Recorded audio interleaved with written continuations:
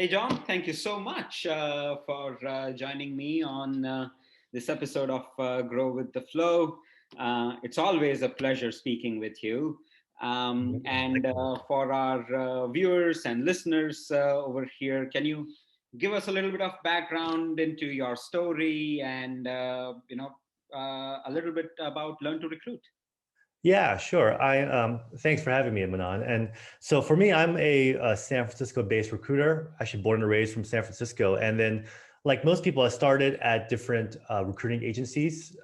Apple One was like a temp and staffing firm. I worked at a few other more boutique recruiting agencies. Eventually, specializing in technical roles in engineers.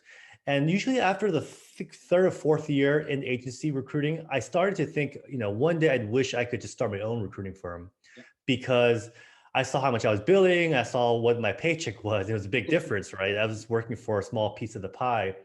And I think that's kind of normal, right? Like I think after a few years, once you have a hang of a job, you're like, wait, why don't I just do it for myself and keep 100% of the fees? But I just really didn't quite feel ready. I had no one to really help me. And then I think it was after the fourth year of doing it, I decided, said, you know what, let's start. I had a buddy of mine who I worked with who was interested in partnering up. So we launched Aspire Recruiting, which was our own firm specializing in technical roles. And then after running that and growing it for about 5 years, I then sold the business to him and started helping other of my old coworkers who also wanted to start their own agency. And I kind of found that by helping them and coaching other people, basically showing them what I wish I knew from day one, they had success. And I really kind of fell in love with the coaching part of the job. So I decided to do it full time. And so I started Learn to Recruit, and I put a program together called Recruiting Accelerator, which is basically, like I said, everything I wish I had of how to get clients and run your business and launch it correctly. Because I made a lot of mistakes. I kind of did trial and error. So I was hoping just to help out someone who was in my shoes, if that makes sense. Sure. Yeah. Can you give me an overall idea about the playbook and tactics that you generally advocate for your coaching clients? Sure, right. And it's funny because even though the program or the business is called Learn to Recruit, I only work with people that have some type of recruiting experience. So they're not really learning how to recruit, they're learning how to start recruiting business. And so I think I'd say most of the recruiters I talk to, they kind of tell me the same type of thing. They say, hey, I love recruiting, I love sourcing. If you give me a job order or a rec in a few days, I can find good candidates. But the idea of like going out and prospecting for my own clients, getting my own business, sitting down in a meeting with different high level hiring managers and negotiating fees and winning business is like kind of a scary task because they haven't had the client side experience unless they did full desk, right? But even if they did full desk experience, they might also say, I don't have like the entrepreneurship experience. I've never run my own business. I don't know how to even start, like how to incorporate if I need to do that, or business tax or accounting, and they get kind of overwhelmed. So it's either because of the sales side or the business side of things that recruiters don't have exposure to. And that's what kind of holds them back from doing it. And that's what held me back for a couple of years, even though I was thinking about it a lot, right? So for that reason, my program is really focused on like sales. Like how do you get a client? How do you get a fresh stream of job order? Because once you handle the sales side and you get a fresh stream of job orders, because it's always a fresh job orders that close as fast as it's a stale ones that have been open for months that recruiters kind of just plug away at and throw cans against. It never turns into a placement, right? So the idea is to get new job orders coming in consistently and predictably, and then once you solve for that and some of the business stuff, then you're off and running and you're making money and things are all good. Yeah, no, you are right. So, one of before starting Recruiterflow, one of the books that I read was Predictable Revenue. Mhm. It's a book that I highly recommend. A lot of salespeople that this predictability is where you want to get to, right? So, developing your playbook, understanding tactics, and your value proposition that will just keep that steady stream of leads, and from there you can scale your client acquisition. Great. So you Yeah. you have experience working with a lot of recruiting entrepreneurs. So what are the kind of key challenges that entrepreneurs today face, and what's your solution for them? Yeah, it's a good question. It's funny. I think a lot of recruiters right now, or even people who are running their own recruiting business, are doing the same type of tactic, right? They're using like automation tools to just send a sequence of messages.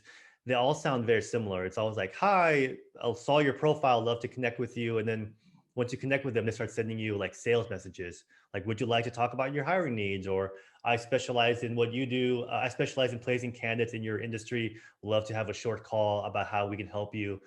And although that sounds professional and it's polite, it sounds exactly the same as every other recruiter, Yeah. right? Yeah. And so when that happens, one, your response rate's super low. A hiring manager would be like, "I've seen this 5 times already, like this week," right? So doesn't spark interest. Your response rate will be low. And then even if they do reply to you, if you sound like everyone else, every other recruiter, they're going to see you as a commodity, right? The same as everyone else, and kind of like plain t-shirts, right? Like if you're seen as a commodity, then the only way you can compete is based on price. Then that's when they beat you down on the price and you're working on like a super discounted rate. And at that point, you're like working hard for lower money, and then it becomes kind of a vicious cycle, right? Then at that point, once you're working on a discounted rate, it's hard to get that back up to standard. So that's a big challenge. So, part of what I do is to help them solve for that by doing the opposite. Sound like whatever a typical, maybe even a salesy recruiter sounds like trying to talk to clients, you just do the opposite. And by that, you're doing more customized messages, relying less on automation in the beginning, more on just personalized messages that really offer a solution up front, right? Typically, it's like you're talking about a candidate up front. And that's kind of been an old try and true method, like they call it MPCing, right? Marketing your most placeable candidate, or skill marketing, but doing it in such a way that's specific, tailored, and even kind of like casual, where you don't sound so formal like a business interaction. You're almost sounding like a friend referring somebody over to another friend, right? Kind of like, like even just before the call, we talked about referral. I sent over to you. It's really casual. The guy replied back to you very casually. And that's sort of like a vein of talking, or that type of style of communication really like separates yourself from the more polished buttoned up messages, right? Because that formal language if you have formal language from the very first message, then you kind of blend in with the rest of the noise, I guess. Yeah, no, you're right. So, if the message kind of keeps getting the exposure, if the same message is being sent to the hiring manager again and again, they kind of become, immune to it, and Yeah. hit the archive button or delete button as soon as they delete some of those words in that email. Happens to me as well, right? So Yeah. I'm a salesperson. I do some of those things, right? So, Yeah. but when I am on the receiving end of that cold email, I, behave like exactly what that prospect behaves, right? Right. So, Yeah, and it's kind of off topic of that, but like, I have a buddy who lives in Los Angeles, and he has a funny job. He's actually a dating coach, right? And yeah, and it's funny, like dating and sales is very similar because it's all about human interaction, persuasion, human psychology. And he always tells people a similar thing, but right, but in his context, he'll tell his students, "Hey, if you go up to, let's say you're a guy and you like a girl, and you go up to girls at the bars, and you're saying the same thing, like, 'Hi, how are you? Can I buy you a drink? How are you? How's it going? Can I buy you a drink?'" It's the same thing. So the default answer is gonna be like, "No, like I'm here with my friends. I don't want to talk to anybody I don't know. No, no, no." That's a default answer. And similarly, like in business sales, if you kind of sound the same, the default is like, "No, no, thank you. We don't use agencies, blah, blah, blah," right? So yeah, that's why like he really spends a lot of time getting creative with the first thing that you say, right? Or for his clients to say. And so similarly, it applies here too, where you kind of have to, like, it's kind of what we call a pattern interrupt. You have mhm, to interrupt the pattern. So they're like, "Oh, this is different." yeah, Right. And then the second thing you say is really important too, right? They're like in business, they're like, "Sure, tell me more." And then the second thing is important. But once you get the first two messages down, the rest is easy, right? yeah. It's quite similar, right? So when Yeah, similar.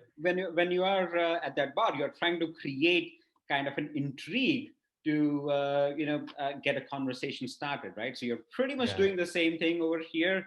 Of course, the medium is different, but Yeah. you are hoping for the same thing. And you're quite right. So I was talking to one of our customers just last month, and she's this lovely lady in Denver. Mhm. And she asked me, right, like, I'm just getting started. She came from Randstad, so she had plenty of recruiting experience. Yeah. It's like, okay, how do I get started with this? And this is exactly what I told her, right? Like, go on LinkedIn, find companies in your area, in your specialty, that are recruiting, and reach out to those hiring managers with some great candidate, at least Mhm. one great candidate, Right. and tell them that, hey, I'm this person who can make this happen for you, and keep it casual, keep it straightforward. And a couple of weeks later, she had a job order, and she's humming along. That's awesome. Yeah. I mean, and the reason why I like the candidate focused or candidate centric messaging is because it takes attention away from the individual. Because another big, you ask kind of what are common struggles that new recruiters face or new recruiting entrepreneurs is that they're always worried about like what other people are going to think of them. They'll say, oh shoot, they'll look at my LinkedIn profile and say I only have a year or two of experience. So they might be wondering why should I work with someone who's relatively junior compared to someone with like 10 years of experience, right? Or it's somebody that has their own recruiting company versus working for a Randstad of the world with all these resources. And the answer I tell them is like, hey, focus on the candidate because they don't really care about you in the beginning. In the Yeah. beginning, it's like they don't care what your name is, they don't care what company you work from, they don't care where you're based. All they care about is like, do you have any value for me, right? Because my time is limited.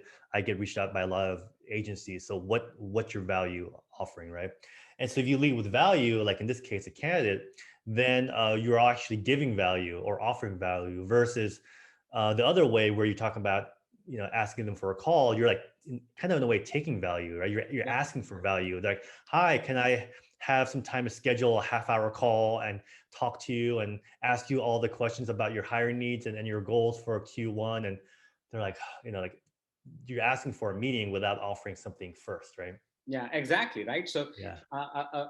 a generic cold email will have, okay, I want this from you, Yeah. and Yeah. this is a surprise because I'm giving this to you, right? So it's just Right. completely changes that dynamic over there. And that's just like one of many. It's like there's like maybe 12 different like levers that you can kind of tweak that will help you basically massage the messaging and massage the conversation to show value, not sound like everyone else.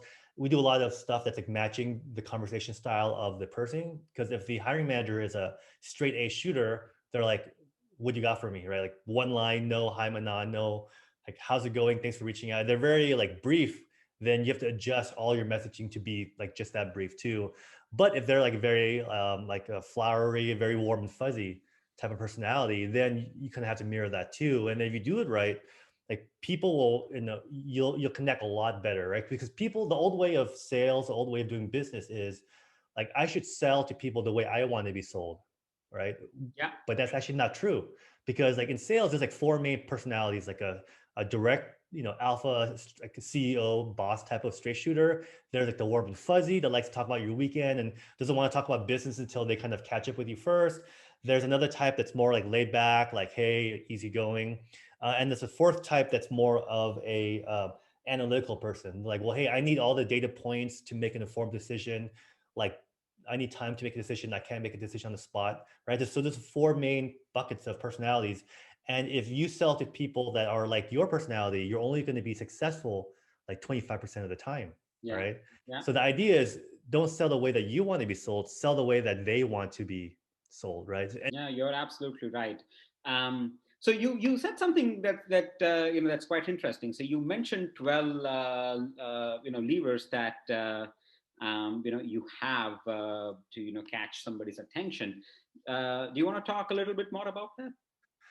yeah, like one, like, so funny, you said one thing of like, so a lot of people will come out and say, hey, here's what I got for you. Here's how I can help you, right? Or here's how this candidate can be a great fit.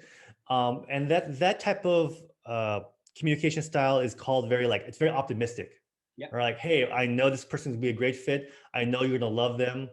So it's very optimistic, positive, and energetic, which on paper is good, right? But if you think about it, everyone else has the same tonality, same vibe, right? Or same sub communicate. So if you sub communicate optimism, positivity, it's very close to like the pushy salesperson that nobody likes, Yeah. right? It's like, hey, how's it going? Like, happy Monday. You're like, oh God, like what's gonna come out next, right? So I actually teach like the opposite of that, where you kind of come in almost like skeptical and curious, like, hey, we haven't spoke before, but I came across this individual who's a senior so-and-so candidate with industry experience and is cloud certified with AWS. I know that you guys are built on AWS. Not sure if this would even be of interest to you, but if so, I'd be happy to, refer this person to you. I kind of like that, where it was very like opposite. They're like, whoa, this guy's not pushing a candidate on me. Like, and then, but I'm sprinkling enough keywords that I know based on my research, they're going to be responsive to, right? Yeah. It's kind of like going back to the whole dating analogy. It's like my buddy who was a dating coach, he would always joke around, like, if he starts a conversation with a girl, he'll be like, hey, by the way, this is guys' night out. I'm really not here to talk to other girls. So I'm sorry. I have to get back to my guy friends. He'll just say opposite. Like, wait, she's like, wait, you should be wanting to talk to me, right? All right. So he'll say funny stuff like that. It's basically it's another pattern interrupt. Yeah. And it's opposite of like, hey, so many people at the bar like, hey, I'm interested in you. I like you. I want to talk to you. I want to get to know you. I want to hang out with you, right? And then if you're like that in the beginning, of course, it's going to be a turnoff. So similarly with messaging, if you're like, hey, I know this solution is going to be great for you. I know this candidate is going to be a rock star. They're going to think like, wait, you don't even know me. Like, that's very presumptuous for you to assume that you know what I need, right? So instead, we'll say something like, hey, Manan, I'm not going to assume anything about your business. I know every organization is a bit different, Yeah. but if you'd like to have a brief call, maybe we can figure out together if this person might be a fit. If not, that's okay, right? Yeah. So No. it's Yeah. very like disarmingly honest, transparent, and non-assumptive. Because in reality, we don't know which if this candidate is a fit, right? Because there might be stuff that they're looking for that's not in the job description. There's always So that. There is. yeah, there's always that, right? Yeah. That should be an assumption. That's a rule rather not the exception, right? So there is stuff that's in the hiring manager's mind that's generally not going to be in the job description. So Right. And you can even say things like, I think after a brief call, we can figure out together if there might be a fit between our companies. There might not be because we're very niche and we specialize in a very narrow type of candidate. So if I find out that we're not a fit, I might let you know yeah. first, if that's okay. Like almost saying, I might let you know that we're not a good fit for you, right? Yeah. So that's actually very hard for entrepreneurs to do, right? So Yeah, because very hard. you're scrambling for resources, you're running around in all sorts of directions, and when some business is coming in, it's hard to say no. So that brings me to my next question. So you obviously worked with a whole lot of recruiters and have seen more than you've been in this industry for more than a decade. Yeah. So what are the top reasons that you see young recruiting startups fail? Yeah, I think, well, the main thing is having the pipeline, because I think just a moment ago you said that it's hard to basically turn away clients, to keep it cool, to not be that excited about opportunity when you don't have anything else, Yeah. right? That's because when that happens, you're coming from a scarcity mindset, right? Oh my God, this is like a job order. I need this. I don't have anything else to work on, right? Yeah. And a lot of people fall into that trap because they're not filling the pipeline of prospects. So I'd say like the number one thing that new recruiters can do when they're first starting their business is to prospect every single day, right? So in my program, I tell people the minimum standard is to reach out to 5 prospective companies per day. Yeah. And at each company, you might be reaching out to 2, 3, or 4 different individuals because you don't know who's going to respond. So you'll blast out the same message to 3 or 4 people. So that's like 15, 20 reach outs per day minimum. Yeah. And if you do that and you have the right messaging down, like the stuff we talked about, then you can predictably get maybe 1 or 2 positive responses per week. So you might end up getting 1 or 2 calls per week scheduled. Yeah. And with 1 or 2 calls, if you know how to do the sales call and handle sales, then you're getting maybe that fresh job order every couple of weeks, or a new rec. And then at that place, when you see an opportunity, you're not so like, you don't have a scarcity mindset. Instead, you have more of an abundance mindset. You're like, sure, right? And when you talk to them, you can say, let's say they ask for a discount. You can say, hey, I can appreciate why you're asking that. Unfortunately, I have 3 other clients I'm working on for a similar role who have agreed to my full fee. So Manan, I just can't see myself justifying, working on your position at a reduced rate when I do have other obligations to fill at my full rate. And so, and even if it did accept your discounted agreement, I realistically couldn't even place or send candidates over to you until I'd be obligated to send them to my full fee clients first, which means that I wasn't able to respond to you quickly. It might be a while before you get candidates, and I don't like working that way. Now, you can't, it's very hard to fake abundance, right?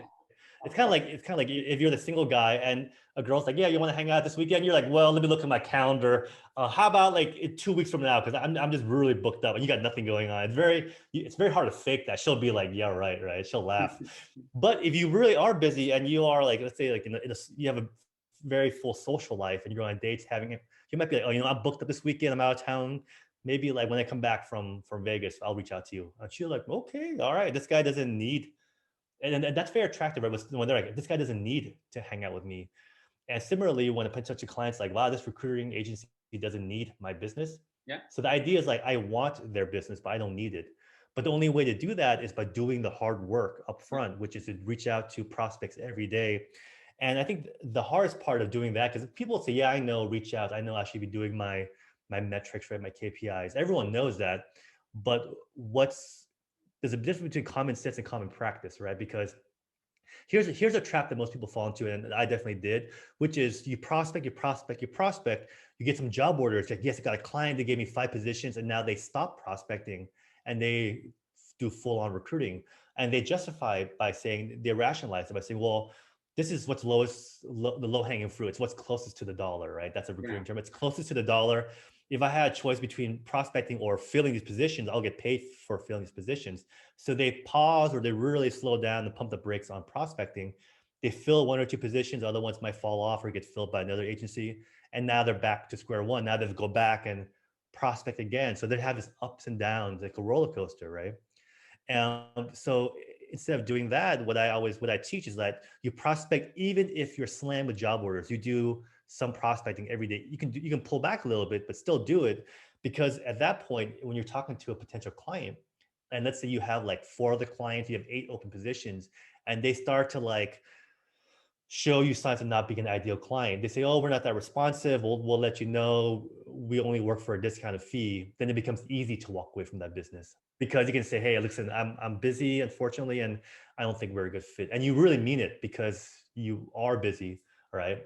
Yeah. But like I said, you have to be able to earn that position of abundance by doing the work up front. I think most recruiters, they either fail to understand how important that is, they're afraid to do it. So it's, you are absolutely right about that. It's not just in recruiting, right? It's the same Yeah, it's principles everything. apply in software sales, which is, the kind of background that I have, right? So exactly the same principle applies. Um, Great. So you've seen businesses start and grow. So one of the psychological benchmark is getting to $1 million revenue recruiting business, right? So Right, right. um, very few businesses get to that milestone. Uh, Mhm. w- According, what do you think stops majority of the recruiting businesses getting to that $1 million milestone?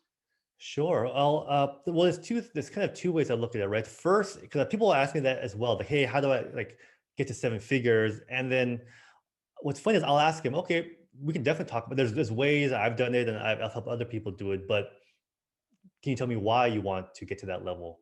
And they're like, well, I want this and this, and then, well, what would it take? Well, I don't mind working 60 hours a week and 80 hours a week, whatever it takes, right? I want to hit that goal.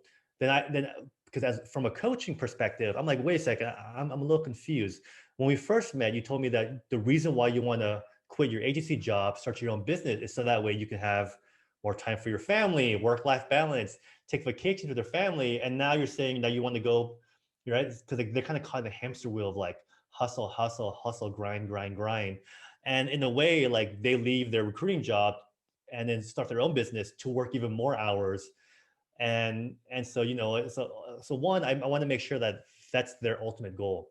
Because if you can make six figures a year but have the flexibility and time, and all your bills are paid, you're still making more than enough money than you need, you're in abundance, then that's actually the better route if you think about it, right? So part of my goal is not to just help people get one goal, it's to like make sure that their goals are aligned with their like values, right? Their mission statement or whatever it is that they're really, really looking for. So if they come to me saying, hey, I want more time, and I want more flexibility, I want to go on vacation, I'm like, well, let's optimize for that, right? Which is in a sense, it sounds a little bit woo or holistic, but I can help my clients and myself. I do it for myself a lot, which is to optimize for happiness, Yeah. overall happiness. Because if I can be a level 9 happy and with level 6 income, that's great. But if I take my income to level 9, but my happiness drops to 4 because I'm losing sleep, I'm losing time with my family or friends, right? Then that's not really the best strategy, Yeah. right? So that's one. But if them scaling to 7 figures is going to be help them toward their life goal, right? Because I tell people your business goals and your financial goals should only be stepping stones for your life goals. And right now with COVID, people are struggling with lots of psychological things, emotional strain. The elections is stressful, and so people are optimizing for a lot of weird stuff. It's not tied back to like personal joy and happiness, right? Yeah. So I help people out a lot with that, because I've been in a place where I made more money than I needed, and then I'm like, shit, I'm miserable. Like I'm tired. Like I'm not. Why am I doing this, right? So without really stepping back and thinking, okay, how do I go about doing that? Now, for people that do want that, and it's perfect, there's nothing wrong with scaling to 7 figures. Then at that point, what's important is to really have resources to scale, right? So for example, I have a bonus week in my program that after you make your first placement, you're eligible for a free bonus week where I talk about things like automation, leveraging with virtual assistants, bringing on a business partner, which I've done before, ways to scale your time. Because once you hit a certain number of clients and job orders as a 1 or 2 person recruiting firm, you kind of hit a cap, right? There's only so many hours in a day. And like any other type of agency, real estate or insurance agencies, agencies don't scale very well, Yeah. right? Yeah. Unless you can leverage with more tools. But so we talk about that as well, but that's more, and even when you leverage, you have to do it in a different way than everyone else is doing automation and stuff like that, right? Yeah. Absolutely. So, Yeah. um, one of the things that I've seen, so of course, recruiting agency is not a very scalable business. Looking at it from the perspective of some technology businesses, right? Mhm. Yeah. But there are certain underlying dynamics that are quite scalable, and one of them is the network effect. And you posted something very interesting about that. It's I think a couple of months back. I can be wrong about that. Yeah. That how operating in a small niche can really help you scale recruiting business. And can you expound on that? Can you talk more about that? Yeah. I call kind of like a cross candidate matrix. So you're essentially cross submitting candidates to similar job orders, and it's a very traditional, well-known method, but it's very um, easy to forget. So, for example, like because I did technology, I'll use that as an example. We at one point in my recruiting firm, I took on like a UX designer role, a network engineering manager, and a back-end Java engineer, like right, and so then I was really spread. I mean, I was excited. Like, wow, this is really fun. I get to kind of, dabble and talk to people across different verticals. But let's say I found one great Java backend developer and I submitted him to that position, and he doesn't make it through for whatever reason, or the comp's not right. And he'll ask me, okay, John, well, hey, that one didn't work out, whatever commute or comp or whatever was off, but I still want to interview. Who else do you have for me? Or what other jobs positions can you submit me to? And I'd be like, oh, I actually don't. Do you know any like designers though? Right? Like I couldn't maximize the value for that person. Well, from a selfish point of view, I think, okay, I can't maximize value. But if I had 3 positions that were all back-end Java developers or Java engineers, I can then submit that one candidate to 3 positions. And now I triple my chances for making a placement. And at the end of the day, I don't really care too much who hires them, because whichever client hires them, I'll get paid, Yeah. right? And then in the perfect world, I'll have 3 amazing back-end Java engineers that could submit each of them to 3 different companies. Now it's like 3 times 3. It's not like 9 chances to make a placement, which is way better than before when I had 3 very different job titles and 3 different candidates. I only have like 3 shots of making a placement, right? Right. And also from like the candidate's perspective, I really like when I come across like a great candidate, like most recruiters, I want to find them a happy home and ideally with one of my clients so I can get paid for it. Yeah. And so I'm kind of doing the candidate a disservice if I only have one position. And then, of course, any good candidate, they're going to be snatched up off the market within a week or so, right? So if I can get them a job, someone else will. Yeah. So that's why when you specialize in one niche, you have a lot of things going for you. And going back to scaling, and that's kind of one of the reasons how you scale by just mastering one vertical, one industry, right? Specialize in your niche, and then that way you can then, because it doesn't take more time for me to submit one candidate to 2 positions versus one position, or submit one candidate to 5 different positions if they're all the same, right? So as long as you pick up the same job orders that's similar in geography or similar to the title, you can cross submit the same candidate. It's not any more work. So it's very easy to scale when you're doing one thing. It's when you're taking every single job order under the sun, which goes back to like having that scarcity mindset. When you only have one job order and you come across a client and say, hey, can you work on something that's kind of, I know it's a little bit out of your core. You're like, sure. And now you're like just running around chasing random business, right? Yeah. And then it's impossible to scale Yeah. if you do that. Yeah. And I fell into that trap myself. So I had to learn the hard way. Yeah, you're right. So, and also, you know, purely from the candidate's perspective, right? So, if I'm working with an agency, so you know, if I'm working with an agency recruiter, one of the reasons for that is that okay, this person is uh, well entrenched into the industry and has multiple options for me, right? Right.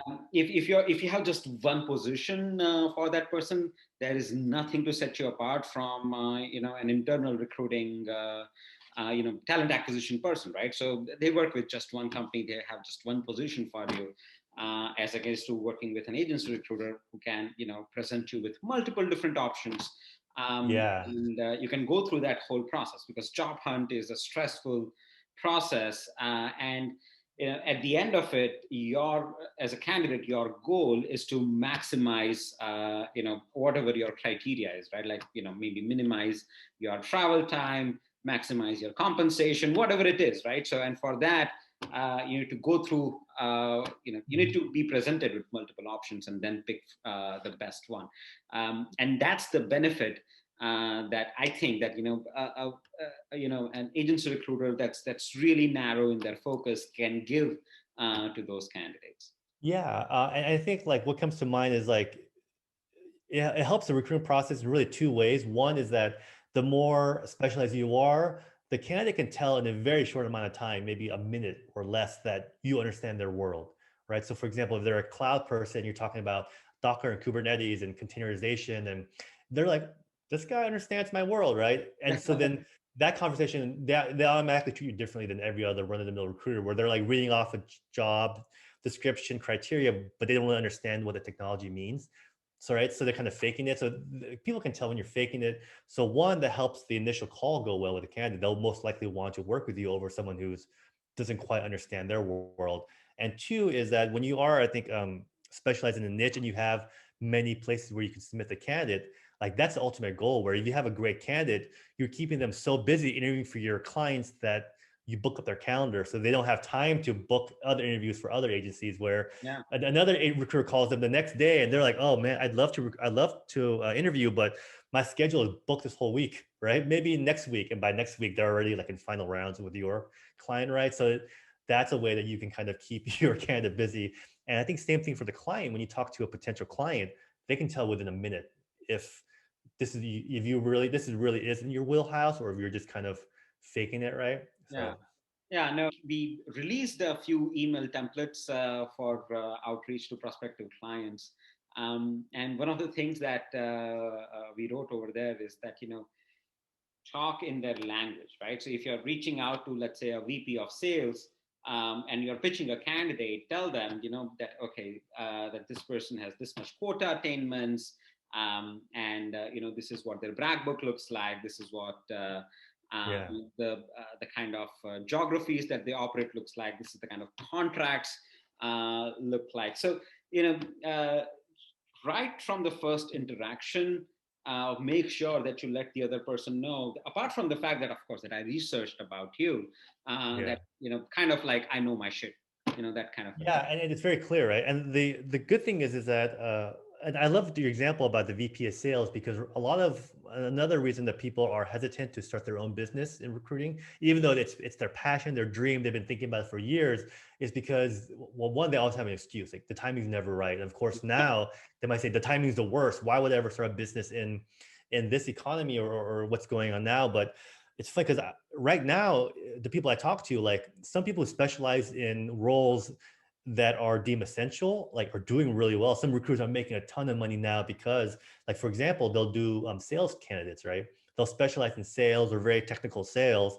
And right now, people are still hiring great salespeople because salespeople are revenue generating, right? For every dollar in compensation you pay them, you're getting back more than that. So of course, why would they not hire a highly productive salesperson, right? Some people, I have other clients who are in the medical or healthcare niche, and certain people are essential right now, right, with research and stuff like that. So as long as you are smart about your niche and know how to test and validate, like we go through a discovery process where you can test different verticals if you're not quite sure, and basically one will be the clear winner, and you put all your eggs in that basket. So you don't need to know your niche from day one.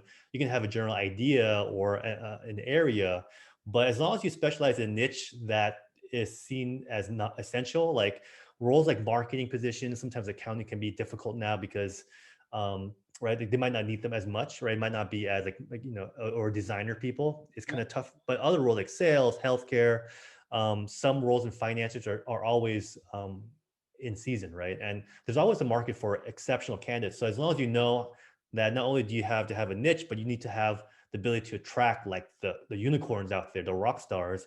At that point, people will still hire them. Right? There's always a market for exceptional talent. So yeah, but of course, it's hard for people to see that when they're like not even they're in their heads, right? They haven't even tried or explored, and or they don't know how to get started, and Yeah. that can be tough too. Because I know I struggled with that for a long time too. I don't even know where to get started. How do I even do this? I don't want to fail, and it's I don't want to get crushed, right? So Yeah, no, it's you're right. So scary out there. If the fear of the unknowns are it feels very real, right? yeah, there's so in chemistry there is this concept of activation energy, right? So Yeah, it's that kind of a thing, right? Starting up is always hard. Like, being employed, having a comfortable paycheck, a good life, from there to starting up with so many variables is a very daunting prospect at the beginning, and it requires a bit of activation energy. But once you get into it, right, like once you start and you have no way out, you know most you make people tend to find a way. Yeah, and also like I think the biggest way that most of my clients start their recruiting business is actually I tell people, hey, you can de-risk it by starting it on the side, right? So don't quit your day job from day one. Hold on to it. Make sure the income's coming in. You're not coming from a place of stress or scarcity, right? Going back to that, and then just kind of as treat recruiting as your side hustle, your own business. You can reach out to prospective clients. Once they reply to you, take them off LinkedIn, the conversation to your personal business email and phone call, and they won't care which company that you're calling from. They just want to know about the candidate, right? What value you're offering. And then once you make like one or two direct hire placements, then you have like 30, 35, 40K in the bank from those two placements.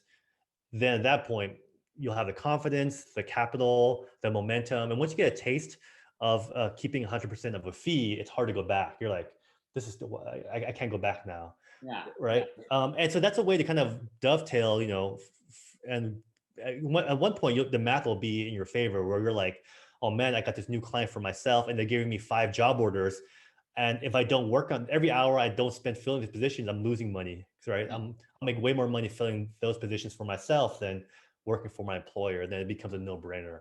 yeah, But so in a way, you kind of earn your earn your getaway car, right? Build it, design it, and make it happen, and then you're off to race. I've never met somebody that made 2 placements on their own and says, no, I still want to stick to my job, right? yeah, yeah, absolutely. Yeah. You're So that's a safer way to do it. So other people who have the means, the time, the resources, they can definitely jump into it full time on day one. But I'd say like 90% of the people I work with keep their day job initially until they prove for themselves that they can make it happen, right? Sure. Yeah, no, you're Yeah. absolutely right about that.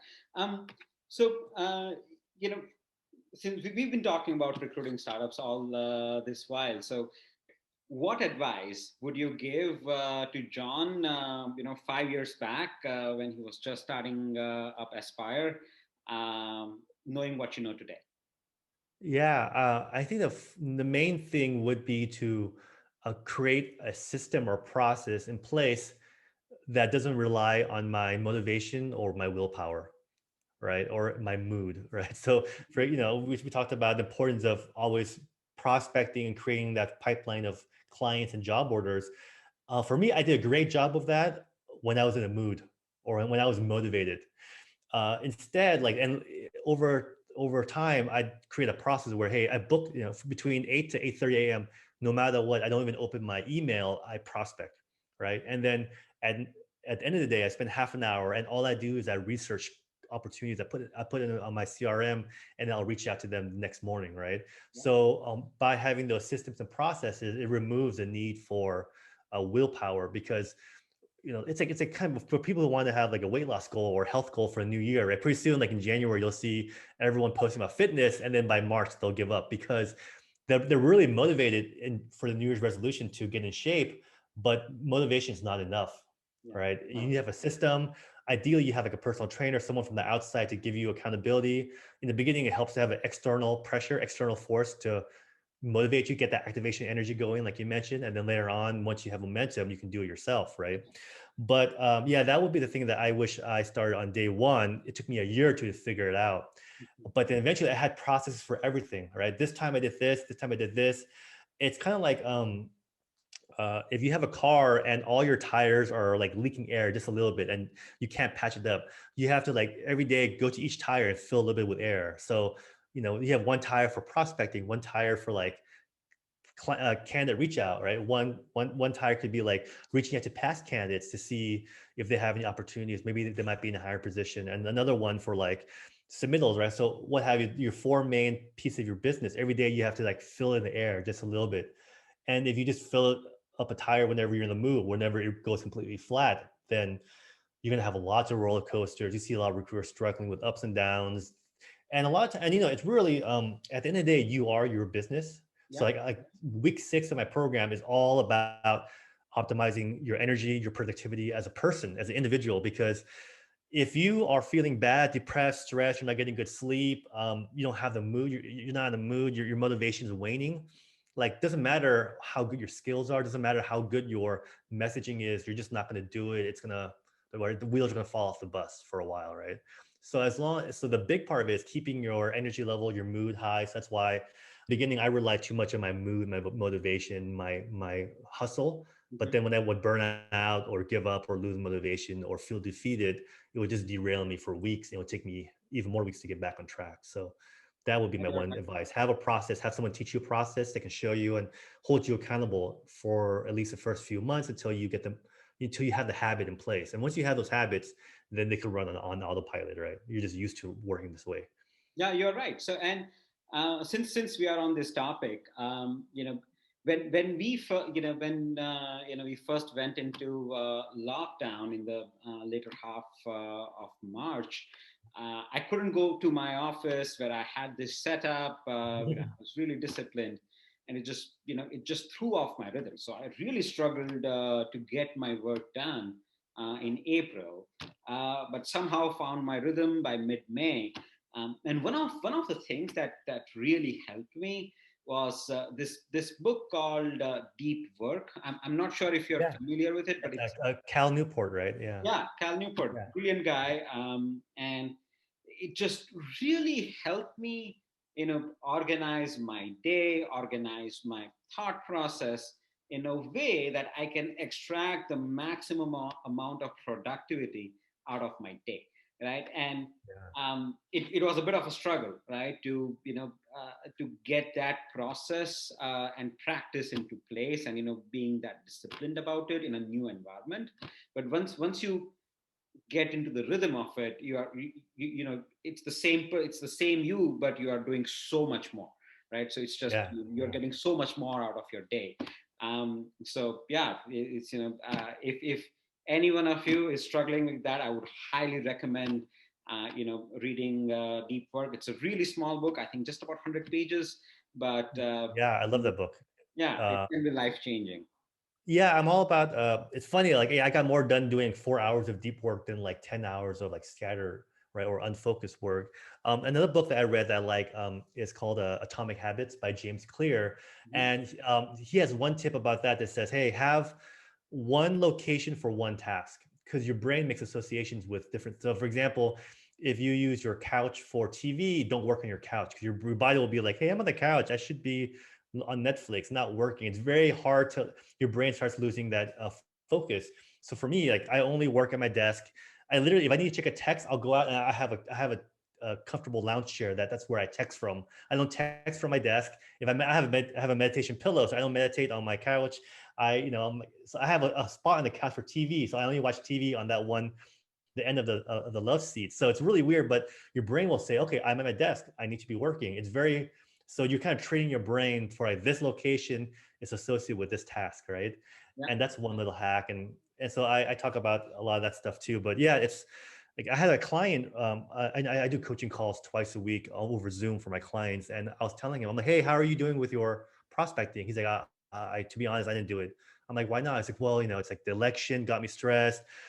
I'm in California. We had wildfires that were on fire. I moved away from, I was afraid of the fire, and then like COVID, all my friends. I'm like, I haven't left my apartment in 3 days, and all right, it's very easy to spiral out of control. Yeah. So unless you have these processes in place to do deep work, to like sleep is a big deal, right? No one's getting 8 hours sleep. No one's optimizing their sleep. It's hard, but as long as you do like those core fundamentals, like I call them the fundamentals. Once you have a foundation strong, it's like if you want to see how tall someone's building a skyscraper, look at how deep they're digging the foundation, Yeah. right? So I think us as humans, it's easy to neglect our fundamentals. Like, are you eating healthy? Are you sleeping well? Are you getting out of the house and moving, getting some fresh air?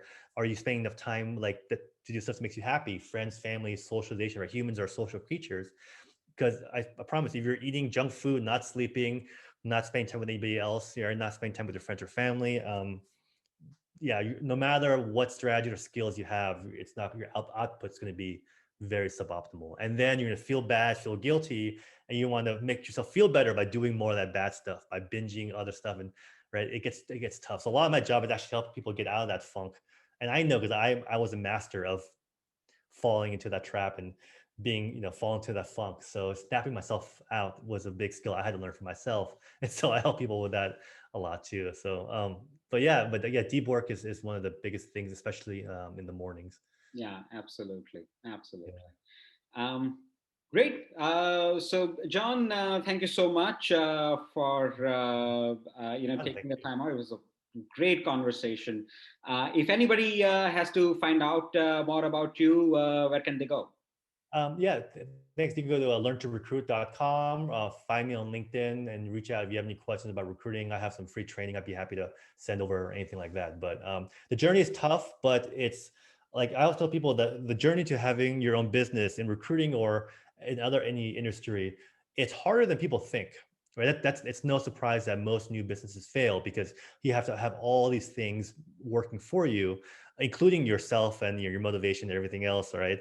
But so it's much harder than people think, but it's a lot more fulfilling than people think also, right? It's a lot more rewarding, in Yeah. other words. So it's a lot more difficult, but like 10 times more difficult, but 100 times more rewarding. So if that's your dream, if people have a dream of having their own business, being their own boss and having that freedom, I'd say start small, try it, find help, but don't let it slide where you're like 8 years old on a rocking chair, looking back and regretting your decisions, right? That stuff is going to haunt you, your regrets. Not that you tried and failed, but that you never even tried. So Yeah. No, you're that's what absolutely I right. think. Perfect. Thank you so much, John. It was a pleasure speaking with you. Yeah, likewise, man. Uh, Thanks, man.